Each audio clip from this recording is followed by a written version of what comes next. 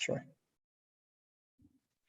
So welcome to the inaugural Pacific Town Hall, which is town hall centered around Pacific time, but hopefully it works for people on both sides of the Pacific, and we can have a place to meet and talk about Cardano and Catalyst in times that aren't during our work hours, which the current town hall is. And most of the offerings in Cardano seem to be centered around evening Europe time. So this was a thought to make it evening our time. So glad you guys could make it. And Dimitri, I guess it's morning for you? Early morning. Yeah, this is the perfect time for a town hall. Yeah. Excellent. So that's great. So we can kind of circle the Pacific and gather some people here and have some new voices and faces. And although there's a lot of familiar Catalyst faces here too. So yeah, welcome everybody. I just wanted to kick this off since it's Governance Week to talk about governance and future of Catalyst and some just kind of throw some ideas around where you would like to see Catalyst go and governance around it. We do have the Catalyst V3 elections coming up. And on February 12th, we have the election day where a bunch of people will gather and vote on their favorite candidates for the next circle. There's also talk from the circle about the new Catalyst Experts Council, or Catalyst Technical Council, I guess they're calling them now, which is a second body. So they're going to form a bicameral governance body where the two of them will talk between two different groups to change parameters within Catalyst itself. So not Cardano itself, but just Catalyst. So anything to do with Catalyst, funding, CAs, VCAs, the frequency of the funds, and how things are done. All those are now moving towards community control and decision making. So that's really exciting. And I guess to kick things off, I wanted to share just the screen that popped up from Johnny, who is the director of the DCF. And he shared this in a meeting with us a while back, just talking about Cardano, DCF, and Catalyst. And I thought it was really fascinating because since a lot of us are just kind of involved with the Catalyst things, a lot of people don't know about the DCF side of things and how all of this combines into a communal effort to improve how Cardano itself works. So on the right side is Catalyst, and kind of the core concepts is community sensing and problem solving. It's all about radical inclusion. We want everybody to participate. It's a project-based funding model. The motto is things may break because we move fast, we try new things. If you need things to be stable and predictable, yeah, Catalyst is probably not the best place for your sanity. And it is self-organizing and evolving. So it's a huge experiment at governance and how to take this whatever billion-dollar fund and as a community decide how to spend it to make Cardano better. On the other side, almost exact opposites of those things is the DCF, which is the Decentralized Consortium Fund. And Catalyst is building on top of Cardano and building layers on top. DCF is about the development of Cardano itself, and they're really focused on the core infrastructure development. To participate there, you really need a high bar of knowledge and abilities. They're looking at long-term capital projects. Things must not break because a lot of things depend on the blockchain working properly. And they're really working with institutions and bureaucracy and the bigger corporate level things. So IOG, Emergo, Cardano Foundation play in this space, as well as other bigger companies. So that's kind of the Cardano, DCF, and Catalyst ecosystem. And I think it paints a really beautiful balanced picture of either side. So if you're really into self-organizing and evolving and don't care if things break, and it's a huge experiment, Catalyst is perfect. If you're really technical, have a lot of skills to bring, have a high bar of knowledge, and you're interested in the core infrastructure development, the DCF exists to help with that. So I just wanted to put that out there because I don't know if everybody knows about how this is kind of falling out coming from a Catalyst world. So does the DCF invite people to join and participate, or is it a closed group? That's a really good question. And I think there was some initial white paper and videos released at the summit at the end of last year. And they talked a little bit, but it was still very high level. So this might be a really great place to get Johnny to come and talk about the DCF, what it's about, how people could get involved if that's something of interest to them, or if it's even available to individuals. I don't know. It could be just companies, corporations, and organizations, but maybe as an individual, you could participate in some way. But that's a really good question. I don't have those answers. Yeah, I don't the know. reason I asked Mary is I only got to know about it because there was one big company from India who had approached them directly to get funding from them, like a couple of $100,000 without going through this entire process. Right. So they had done it only because they had like a massive proposal of like almost nation building or level stuff, but Yeah. they needed massive funds that could not come through the idea scale funding mechanism. So, Mhm. so on that basis, that's why since you brought it up here, I wanted to find out, okay, if we as individuals can also, apply for stuff and, do stuff, why not? So that would be really useful if you can get your friend to come here and talk about it. Mhm. Yeah, so that's a really good point. And maybe I'll reach out to Johnny and see if he is interested in speaking with the community. Because I think there are questions there and it'd be good to get some clarity. And I do think that the Catalyst side is intended to start small. It's almost like a seed round of funding. And as projects succeed and become more mature, in my mind, I see kind of them moving from the right to the left side and getting more serious funding from the DCF for bigger projects. Or maybe there's some way of connecting to venture capital or other kinds of funding. The state of Catalyst today, you really can't get funded for more than 10, 20, $60,000 without breaking the funds in a single challenge. So you see some of the more successful projects like DC Spark and even WADA and a few others that have 7, 8, 10 proposals scattered across the different categories just so that they can get enough funding.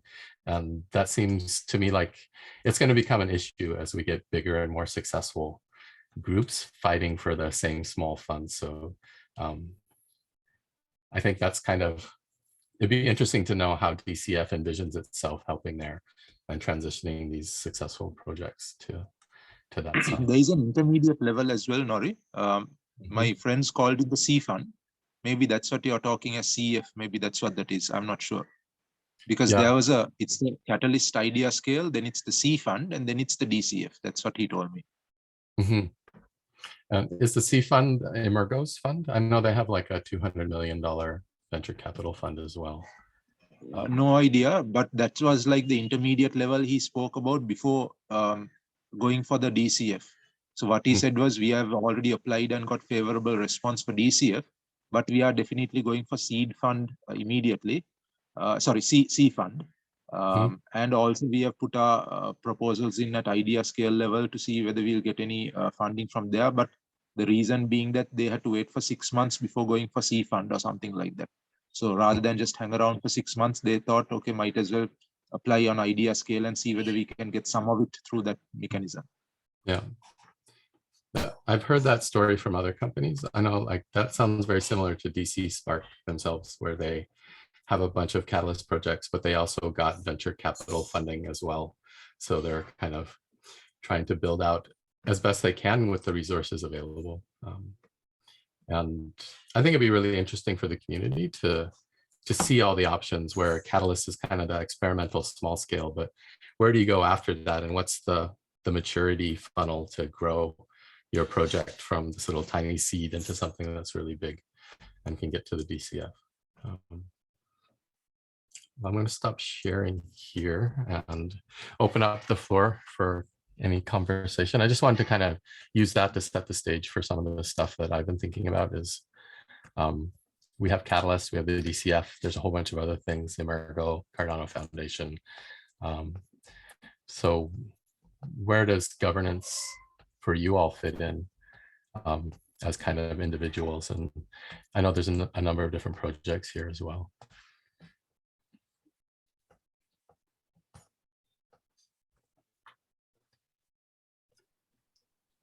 That's a good question. Thanks for the introduction, Nori. I didn't know of DCF existing before you showed it tonight to me. Also Voltaire in your diagram. My understanding is that is a future thing, not yet. That's the governance layer for Cardano itself. Mm-hmm. And we're just in the Basho era, which is the era preceding Voltaire. Interesting. Mm-hmm.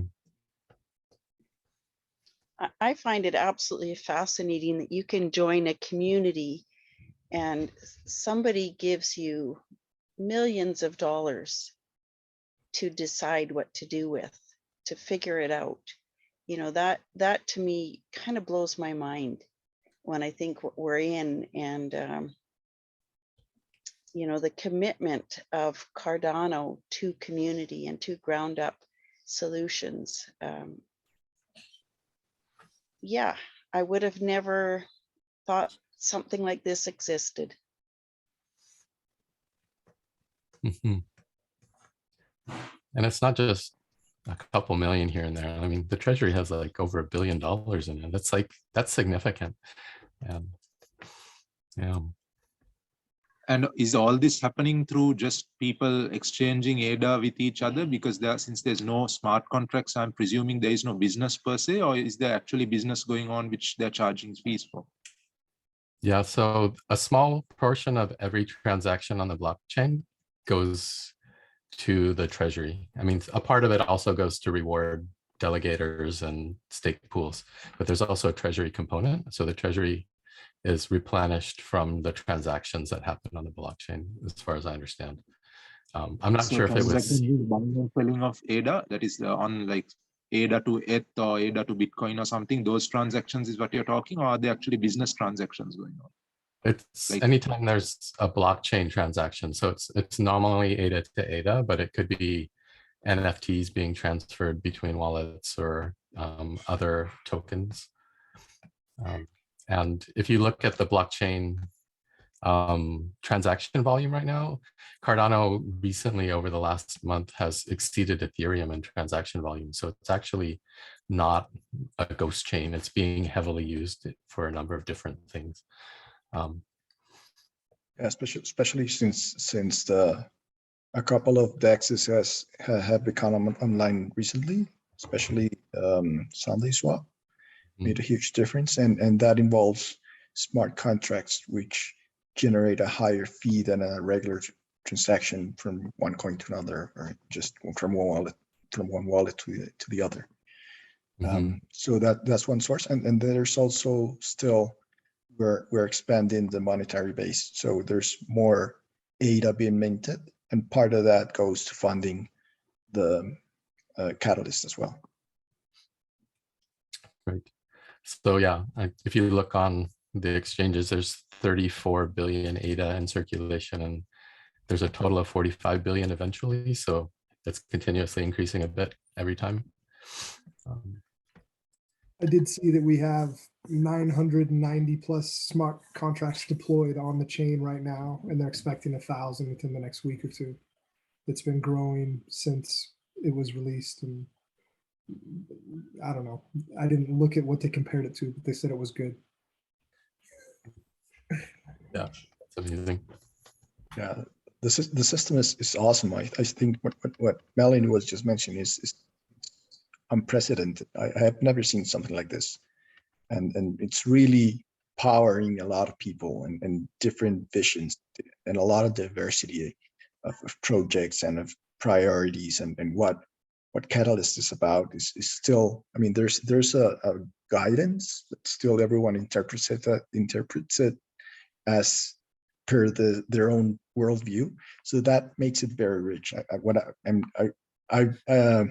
I heard in a previous meeting, Nori, that you on the previous fund read all the proposals and voted on every single one. Well, I'm trying to copy you, and I've read, I don't know, maybe 400 proposals so far. And it's amazing the diversity of views that there is around.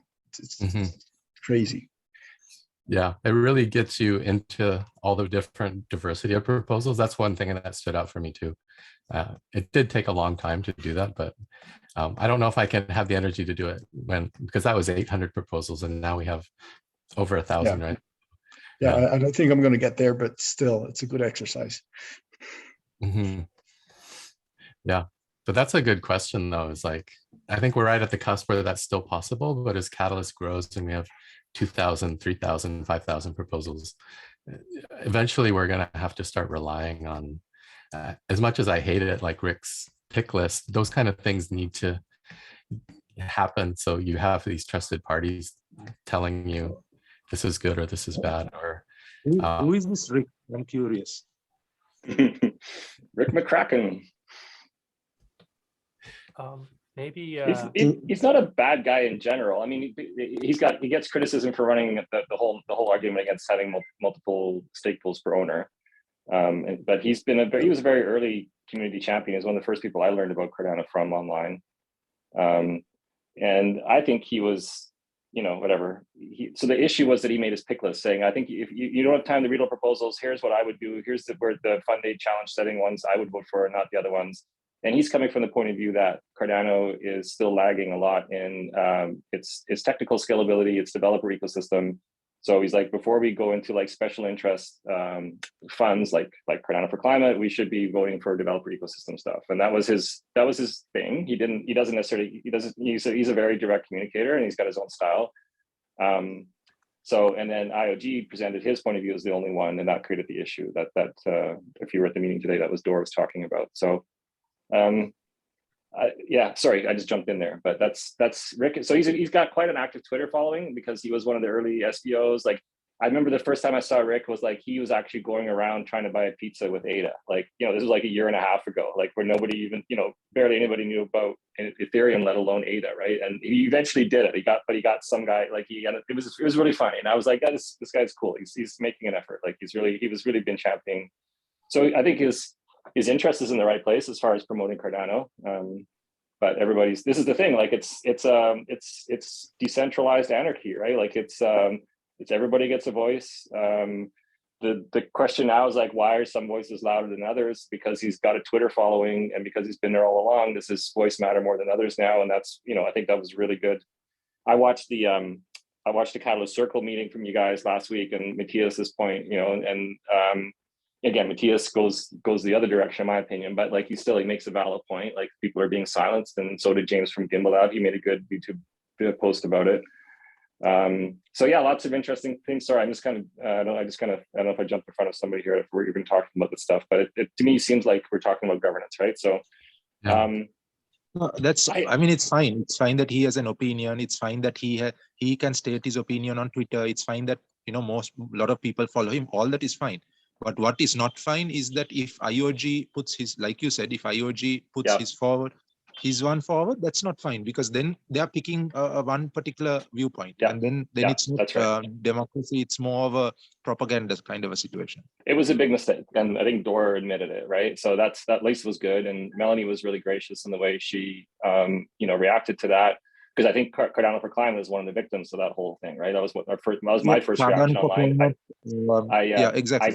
I responded right away from the Cardano Twitter account saying, try to kind of do a tongue-in-cheek response, but basically saying this is bullshit. Like, Cardano for Climate can bring many, many users to the chain, right? But then I think there is, like, for me personally as a technical person, it's like I kind of fit in both sides. Like I'm kind of doing like project business development as well as like doing technical architecture work. And what I'm seeing though is that there is still, like, we're still lagging behind other chains as far as tech. Like, certainly Sunday Swap is making that painfully obvious right now. So some of the hype that we hear from Charles's videos and some of the rah that we all participate in Catalyst saying Cardano is this, Cardano is that, it's going to take over the world. Well, it's technically not ready. Like, it's not. Like, there's like, for one of the projects I'm working on, there's there's issues with it, and the only way to solve it is through these Cardano improvement proposals that are in the pipeline, which we hopefully will see in April. They're all the performance upgrades that are being talked about are going to get rolled out over the coming year, But in the meanwhile, the public image of Cardano suffers if we say it's ready for prime time and it's not. And people are losing transactions. They've got wait 5 days for a swap to go through. Like, so I think, there is, and I think there's nothing wrong to talk about that stuff. It doesn't mean I'm against Cardano. It's like, the other big issue I have is that given the concentration of stake pools, there's a lot of small, and Nori could probably speak more authoritatively on this, but my impression is that there's a large number of stake pools that are not making blocks, that there's maybe a concentration of 200 stake pools that are actually winning the blocks. And that's not decentralization at all. Like that's, all this like talk about us Cardano being a truly decentralized network. It's just not the case right now, like if we're being honest. And again, this is like us talking within the camp, and it's like, I want Cardano to succeed just as much as anybody else in Catalyst and Cardano community.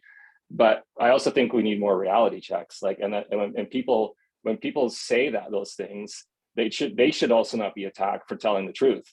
And to be honest with you, a lot of the technical people are simply not telling the truth because they don't want to get the word to get out that their project is being launched on a blockchain that isn't ready to go prime time yet. So I think that's a serious issue, and I don't know whether that's a governance issue, but like, it does highlight the point for me that we need to be in that, wherever the funding's coming from, it should be coming from IOG, frankly. It shouldn't be relying on Catalyst to build the infrastructure. And Charles shouldn't have been talking about us with smart contracts going live and everything being ready to go back in September. Like that was just a business blunder, in my opinion. So it's but again, he's been under pressure for 5 years. People calling it a ghost chain, all this stuff, and you can do basic things on it. So anyway,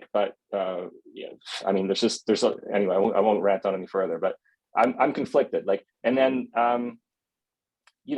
we had some serious problems with the way our CA assessments went for one of our projects, and it really hurt us. And we invested a lot of time funding, like our own funds for promotion, other things, to put forward the best proposal possible to give us, we wanted to be an 80-90% chance of getting funding, so we justified putting the work in. And then we got screwed over by a last-minute VCA process change, which is really not very credible in my opinion. There's a lot of problems with it. There was some technical glitches with the way the spreadsheets are managed. We're managing a multi-million-dollar fund through Google spreadsheets. And then to top it off, the Catalyst app only rounds to 2 decimals. So even though you might have scored higher than other projects in your proposal, you're still going to get bumped down by random or by alphabetic order if they got the same 2 decimal point score. So so suddenly our ranking for one project ended up really low in that challenge, or much lower than it should have been. And so there goes a whole investment of time. And at the end of the day, it's free money. So it's like, I can't really complain about free money. Like, it's my own, leap of faith to say, I'm taking an educated risk here to see, I'm going to put the best this time.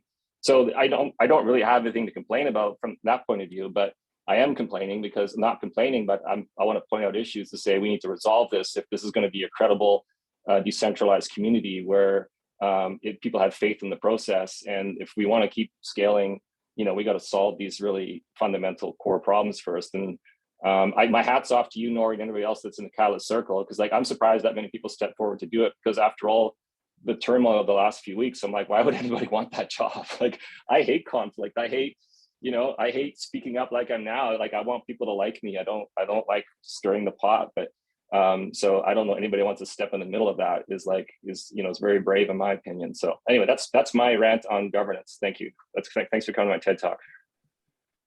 So, Peter, from the perspective of the CA and the VCA, what I want to say is it's a hell of a challenge on our part, on my part, because I was a CA in the first round, like Fund 6, and half of my assessments got knocked out simply because I was using a structured template laid out on the basis of the CA guide. And so the CA guide has at least about 20 odd different questions that you have to answer to make a good proposal or a good assessment. So I simply took that statement, converted it into a question and laid it out, which I made freely available to any of the CAs or VCAs who wanted it.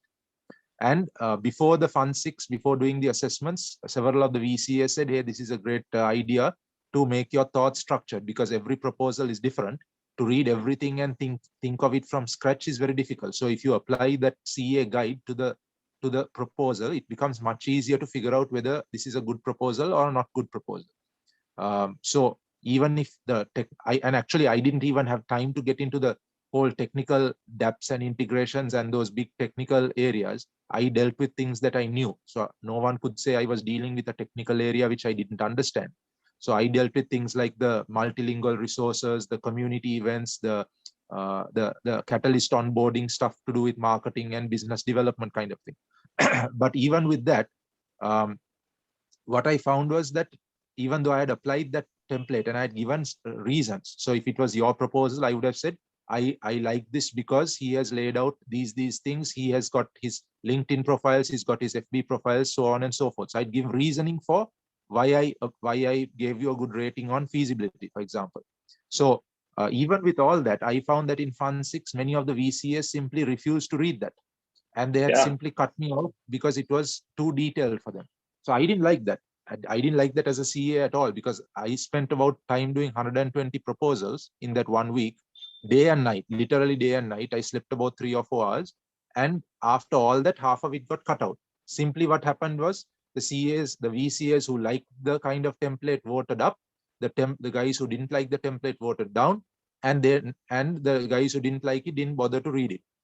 So that offended me, but there was no way for me to bring it up because nobody gave a hoot about it. So in the VCA process, sorry, I keep interrupting. Finish, but no, finish, please, Dmitry. Sorry. No, so in the Fund 7, again, Fund 7, I didn't know when it was launching and closing, and it was a very quick thing, so I didn't get any proposals in. So I thought, okay, I'm going to do CA and VCA again. So again, I did the CA on the same process.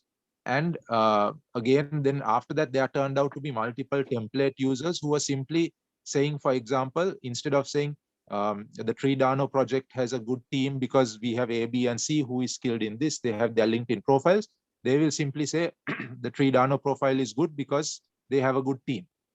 Now, there is no justification for that. I'm taking you as an example. I'm not saying I voted you in any particular way. I just can't remember in any case, right? So I'm saying if they simply said the Cardano proposal has a great team, that will be voted down simply because that is not a good assessment. And there is no justification for their purposes of what constitutes a good team. Now, this is to the fault of the CA guide, because the CA guide says you have to give a proper rationale or a proper justification to what you say. So simply the assessment is based on the CA guide. And if the CA guide does expect you to have a lot of detail and the assessment does not have detail, sometimes, in fact, the proposals, not in your case, but many proposals took less time to write than it took for me to read that proposal. Sometimes the assessment took less time to write than the proposal took to write. So you can imagine what sort of, there were like one-liner assessments and one-liner proposals. So in contexts like that, however good the project is, in the mind of the proposer, if he doesn't write a good proposal, it's going to be voted down. And if the CA doesn't write a good assessment, it's going to be voted down, irrespective of whether the project is good or not. Because on the VC's perspective, he is definitely going to look at, is this assessment matching in criteria with what the CA guide says the assessment should match? That is the basis. So that is the basis that we were made to understand it should be done, which is how it was done as far as I'm concerned. So there were very good proposals, the very good projects, because they hadn't put the effort to write a good proposal. I couldn't in all good conscience give them a good vote. And I told them, these are the reasons. You need to go back and you need to adjust your proposal, have more detail, have more contexts, have proper justification for your numbers, have auditable numbers, have more metrics. If you saw any of my assessments and you figured out which one was me, you will have seen my ones were among the longest, because I not only used the template, but I also justified each and every. If I said it was good, I justified it. If I said it's not good, I justified it. So in fact, not even more than 5% or 3% of my 120 odd proposals that I did as a CA in Fund 7 got filtered out. So on that basis, I was able to say I have done a good job, because if it was, it didn't get flagged.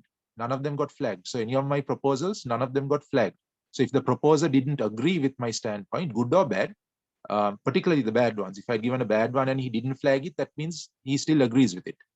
So I was quite happy that I didn't get flagged, because that showed that whether I'd said it's good or not good, the proposer could not argue against my assessment of his proposal. So I just wanted to share that is from how I experienced the reception at the hands of the VCAs in Fund 6, and how I acted as a CA in Fund 6 and 7 and as a VCA in Fund 7. I agree with you on the point of Google spreadsheets is a terrible way to do assessment. It was terrible even when they did it in the voter, like the CA tool, because I just couldn't understand head or tail. We couldn't be sure if I move the column this way and that way, whether the entire thing will become invalidated, because no one, I mean, for a while, I didn't get a clear answer on that. Finally, fortunately, unfortunately, I did about 800 assessments on the VCA tool. And then the whole thing went for a 6 because something happened and it refreshed and went back to 0. So I had essentially got to start the whole thing from scratch. Because I hadn't been downloading. I thought this was a live tool where it automatically gets added to the database. I didn't know that you have to keep doing that process of saving it and exporting it and all that sort of thing. So started from scratch after 10% of work done of the 8,000 odd, started from scratch and continued. So that was my learning process. But I agree, spreadsheets, they really should do better in allocating, because there are supposed to be tools that can do this. And there is no reason why those tools couldn't have been deployed for the flash assessment round as well. That's all I've got so far. Yeah, so what you're describing is I've heard that from other CAs as well, like that worked really hard. And then we looked at some of the VCAs and the amount of checks that they did in the amount of time that they did them in. Some of them were averaging one assessment per minute if they worked 8 hours a day, 14 days straight. So, the whole thing got halted and moved because there was legitimately issues around looking like there was bot activity or CAs, using cut and paste, and or in some cases CAs being bad actors and promoting one project and downscoring other ones. So there was a need to have a VCA. Yeah, I saw all that too. I saw all that too. But let me finish that. So what? And so we had a variety of CA assessments. Like in general, ours were pretty good because I think we spent a lot of time making good proposals. So we got fairly high CA scores, but not all of them were high. But we never protested any of those. We said fair enough, and everybody's going to agree. We're going to get some 3s, and that's okay. And if they gave rationale, they gave rationale, and we accepted. And that's, we had like 10, 12 CA reviews, which was great because that it averages out in the end. That's how it's supposed to work.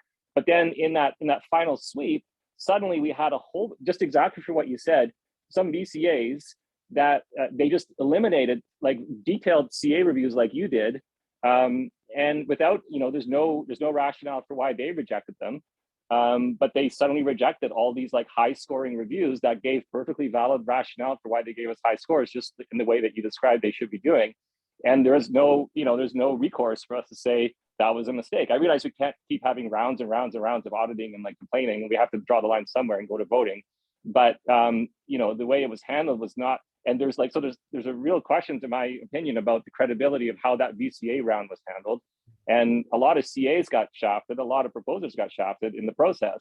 And again, it's like the team has like I realize there's a lot of it's so much scale. There's so much going on where things might break. I get it. So fair enough, but it's still legitimate issues that need to be raised. Yeah, I just want to respond, Peter, to that once you're done. So just let me know when you're done. I'll just I'm done. give a Thank small you. I'm done. Yeah. Right. So on that flash round, yeah. So all the CA gymnastics that you were talking about, I was seeing in the initial phase of VCA voting. In the flash round, also one of the things that we saw was that that several of the CAs were voting on the proposal. Did they like, okay, so if a guy hates trees and he hates seeing greenery, he will downplay your proposal or look badly at your proposal irrespective of if it's a good proposal. So it's not a job, actually the CA's job is not to like or dislike your project. The CA's job is to vote on the merits of your proposal. Like, have your proposal fulfilled what it is to do? So in my case, I love trees. Let's say I love Melanie and Cardano for climate, and I love trees, right? But let's say some guy came and said, cut down all the trees and set up a paper mill to empower the rural community in location XYZ. If he gave a good proposal to justify how Cardano will help, that he has a good team of doing it, that he has a rational, like all the LinkedIn profiles are in place, these guys are experienced, they have the grassroots experience to build up rural communities, and if he has the auditable metrics, and if he has a reasonable numbers, I would still have to give him a good assessment, because regardless of whether I like his project or not, I am assessing his proposal. It is for the voters to decide whether they like the project or not. It's my job to vote on the merits of your proposal of your project. So you can have a great project and a bad proposal, in which case I would have to vote it down. Or you could have an awful project and a good proposal, in which case I would have to vote it up, because as a CA, my job is not to assess the project, it's to assess the proposal. A lot of the VCAs and CAs don't get that, which is why as you said, several of the VCAs, even though you had CAs giving great detailed assessments with great rationale, they simply didn't like the idea of marking trees. So they cut those things off. That is completely wrong, because that's not even their job. It's the job of them to make facts available to voters, and voters will vote on what project they like or not. So this has been a really great conversation on the CA stuff and the VCA, but I'd like to bring the conversation a little more back towards governance, because I think it's a very passionate topic for Peter and Dimitri, I'm sure. But I know that we've had many amazing conversations in the CA and VCA community, and hopefully we're making improvements as we go along. But I just want to make sure that we have about 15 minutes left in the hour that we have here. And I'd like to steer the conversation a little bit back towards kind of the future of governance and where we want to be. And I know that we're talking about the current situation on the CA stuff. And I think, Dimitri, you just made a really great point about the role of the CA and how they should be doing their role, rather than how a lot of them kind of jump in with their own opinions and things on the proposal itself, rather than the quality of it. But yeah, so thanks for your input there. But I really wanted to just steer the conversation back to, like, can I ask a question on governance? What would be an ideal form of governance in this blockchain context? Like, regardless of what's going on now, what is an ideal form? That's a good question. Like, I don't know, what does everybody think? Because there's been a lot of conversation around one person, one vote, rather than one ADA, one vote. And then there's also the whole, if we're going to do it with ADA, doing it quadratically or through some other ways to limit concentrations of power and stuff. I'm going to shut up after this, but can you just maybe clarify what you mean by governance? Because maybe I got a little off track, because I thought that talking about CAs and VCAs was part of governance, but I obviously got that wrong. So just what do we mean when we say governance? It could be that part of it, but it could also be the catalyst circle. It could be about the proposer side of things. It could be about voting. I just wanted to rein in because it seemed like it was a conversation between two people, and I was seeing a lot of people kind of go glassy-eyed. So I don't know if the CA topic is a passion for most of the people in the room, but it definitely is a governance topic. But I just wanted to broaden it out a little bit so we could bring in more voices. Oh, totally good. No, somebody needs to stop me when I start ranting. So please, I appreciate it. Thank you.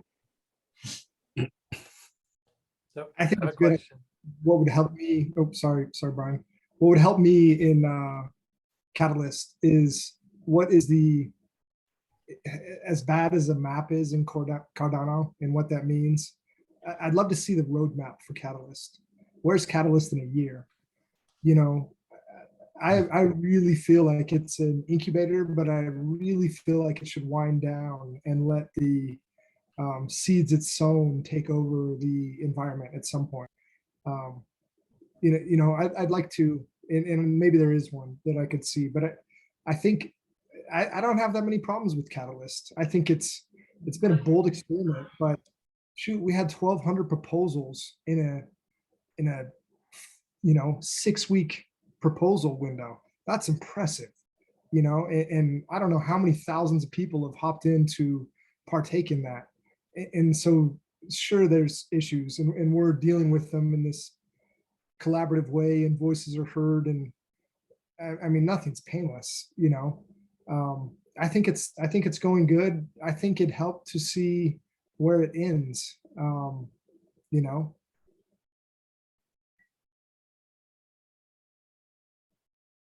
Yeah, I agree with you. I would love to see some of the sort of longer term plans for a bunch of things too, whether it's 1 year, 5-year, 10-year plan, and just with understanding that things could easily change and probably will change in that time frame. So it's just kind of a general direction maybe than an actual end goal that we are 100% committed on hitting.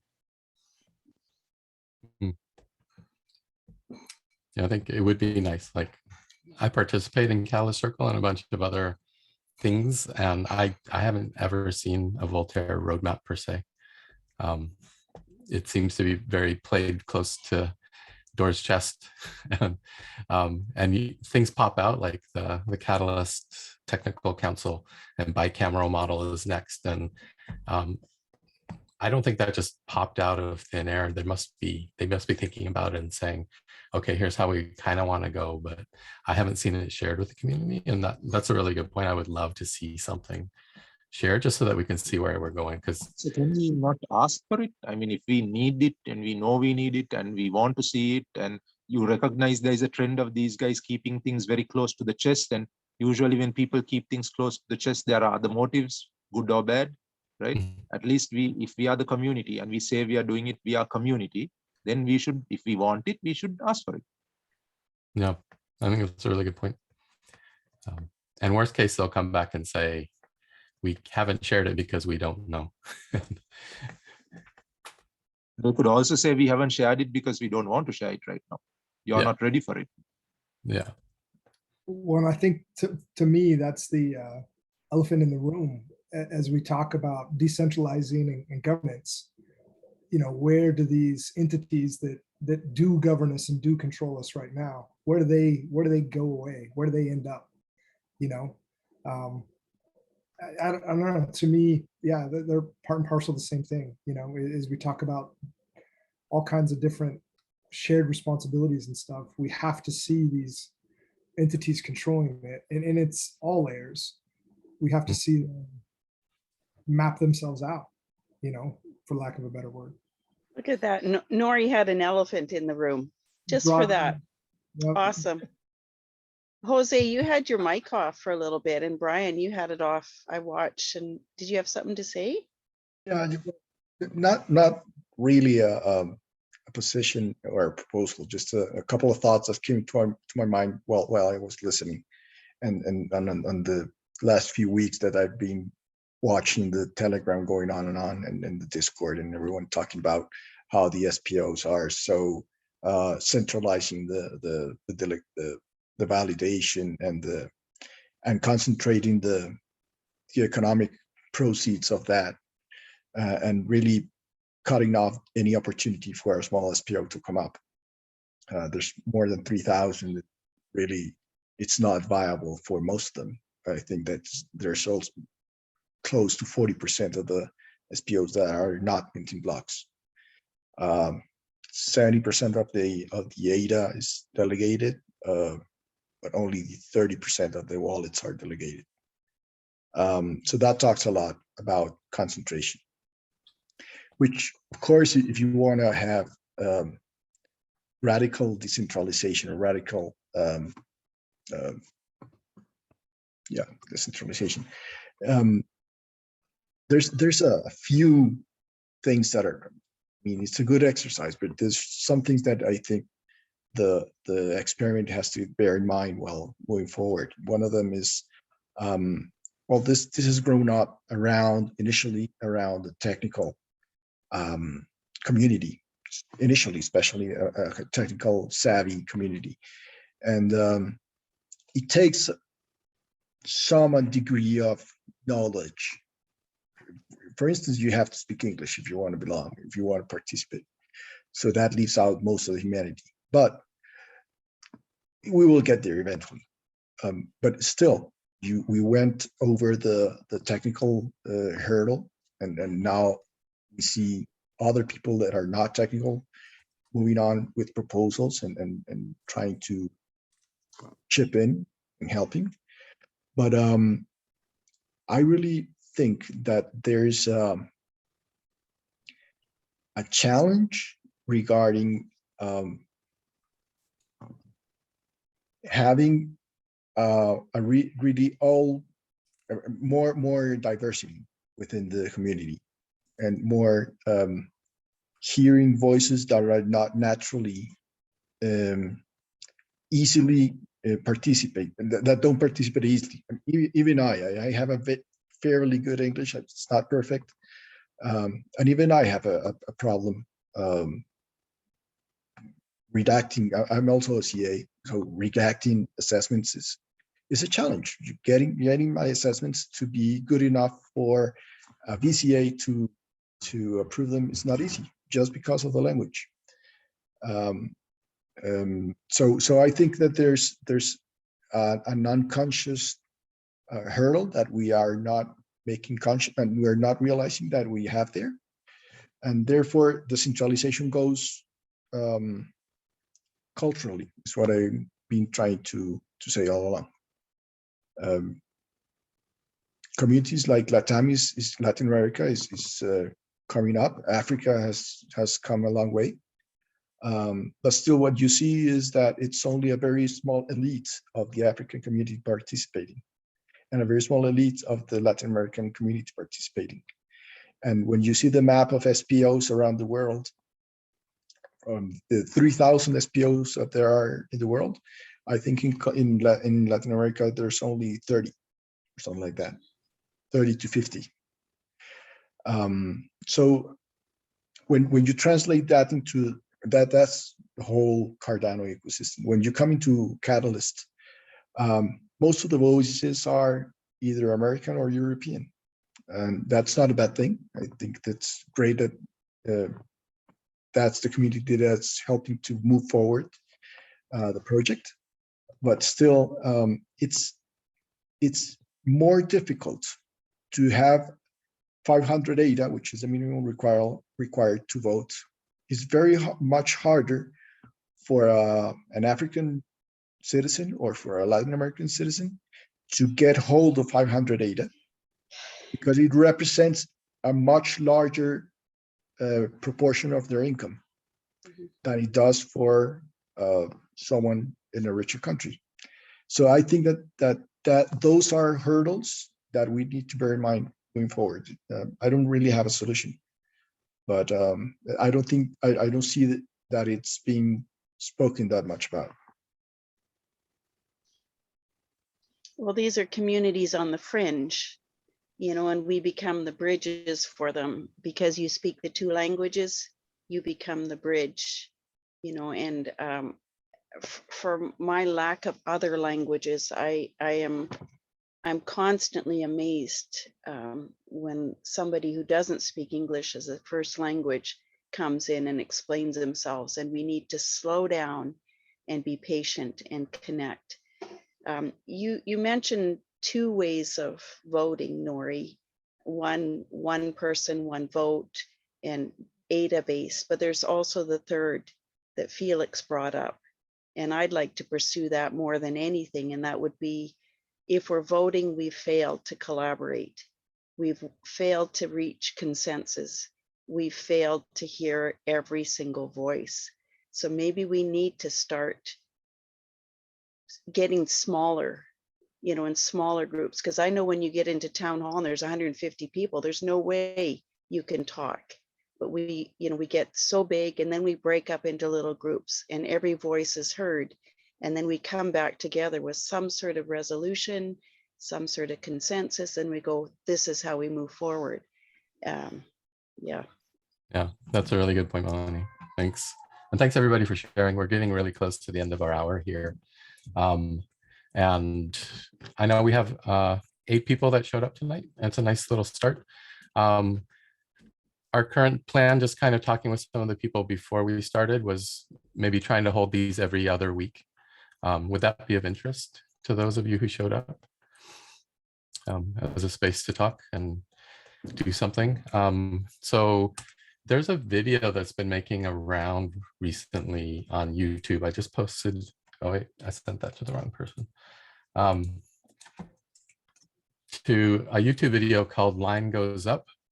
And it's a pretty critical look at blockchain in general, NFTs in particular, and it gets into DAOs and kind of, I think it's nice to have disconfirming viewpoints that we can actually get out of our echo chamber a little bit and talk about. So I thought we have 2 weeks. So it's a pretty long video. It's over 2 hours long, but if we have 2 weeks, maybe we can watch it in little pieces and then come back together in 2 weeks and have a conversation around it. Because I think it raises some points that I would love to discuss with the community. I don't know, Jeremy's seen the video too, so I don't know if you think that's a good idea or not. I don't know if I signed up for this, or you're giving us homework, Nori. Yes, I but That I will. How can you Nori, are say you a no to school Nori teacher? though? Are you a school teacher in real life? Sorry, what was that, Dimitri? No, are you an educator of some sort in real life? Because you know how to just slide that homework in. No, but I do love learning and talking and discussing ideas. And sometimes the best way to start is through a completely opposite viewpoint. I mean, look what happened when IOG promoted One Voice last time, and this community exploded into Governance Week. And there have been so many fascinating conversations this week as a result of that. So, Since you're talking about governance, can I state just one thing? Last week, I remember it was in some forum, I can't remember, it was Cardano for Climate or wherever, but this whole governance thing came up at the very first time, and I immediately wrote down and said I want to be a participant in that, and I put our South Asian time as the time of doing whatever that governance presentation. But nobody got back to me at all regarding that, so I just let it go. So I didn't get to present at Governance Week, even though I had applied for that slot. was it for town hall or was it for your own event? Yeah, it was for my own event, because that very first time when it was told where you can tell a time and you can come and present your own event at the Governance Week. So where, whether I have been allocated that time slot or not, nobody got back to me to tell anything, like yes or no or nothing. Okay, yeah, I submitted a couple of events and nobody got back to me either. I just did them. I assume they're putting it on some kind of master sheet that people can look at, but yeah, there was no confirmation or any kind of email back. So maybe that could be addressed for the next Governance Week, so that at least we know, have we been accepted or rejected, or otherwise we are up in there without knowing anything. Maybe we can put it to whoever runs Governance Week and say, this is what happened. Next time, can you fix it? Yeah, that's a good point. Or we just do it, right? Yeah. Just take it up and do it like this, and upload your video during Governance Week. I think that sometimes we gotta just do it and not wait. We're so used to somebody telling us what to do, and sometimes we just gotta do it. No, we ran the town hall. Yoram was there as well. A couple of others were there. But it's different from saying, okay, this is publicized as a Governance Week event, and everybody else knows about it. Everybody else comes for it. People who never knew there was even a South Asian town hall would come for it. Stuff like that. That's why we applied for that slot. Yeah, that's a good point. Good feedback. I have a 7 o'clock meeting, so I need to jump off. But if you all want to keep conversing, feel free to hang out. I'm done as well. I'll see you guys later. Thank you. Okay, All thanks, right. Dimitri. Good to see you. All right. And I'm going to Thanks stop for recording making this now. happen today. It's a see.